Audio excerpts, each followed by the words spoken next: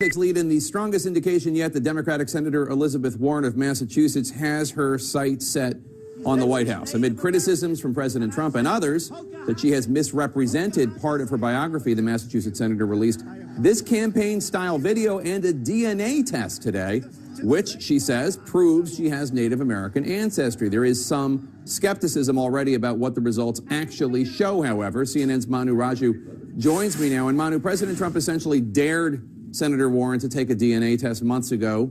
She did. How is President Trump responding? Well, Jake, today President Trump flatly dismissed the DNA test while denying that he even made a pledge to donate $1 million to a charity of her choosing if she took a DNA test that proved she's Native American. My family history is my family history. Today, Senator Eliizabeth Warren trying to put to rest questions about her Native American ties and silence President Trump in the process. Is Dr. Bustamante in, please? The potential 2020 presidential candidate releasing a carefully produced video discussing her family history and a DNA test saying there was strong evidence of her Native American ancestry 6 to 10 generations ago. Now, the president likes to call my mom a liar.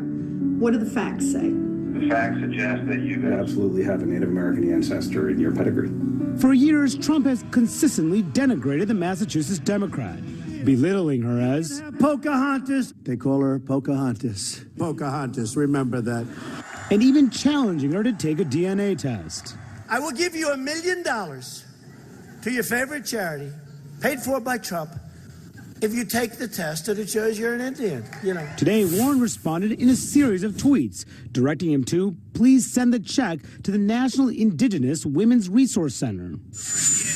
Trump at first dismissing the DNA test, then denying he made a $1 million pledge.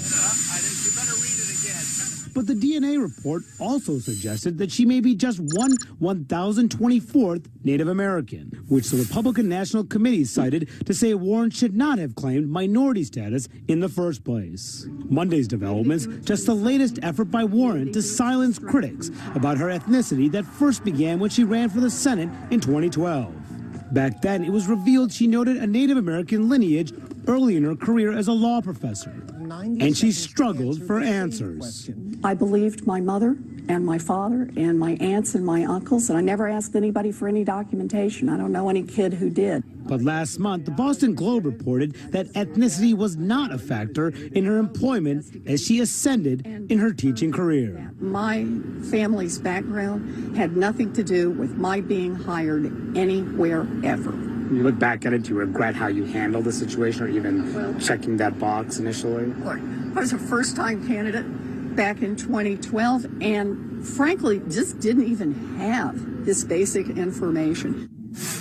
Now, a Warren aide tells me that the reason why this information was released today has partly to do with the fact that the test results came back Friday. And also, this is all part of an effort to put out as much information as possible, not just about her Native American heritage, but also 10 years of her tax returns and her personnel files from Harvard, trying to give the public a clear glimpse of who she is as she weighs that 2020 run. Jake. All right, Manu Raju, thank you so much. Let's talk about this with our experts. Jen Psaki, let me ask you. So the genetic analysis estimates that her Native American ancestor was 8 generations back in her family tree.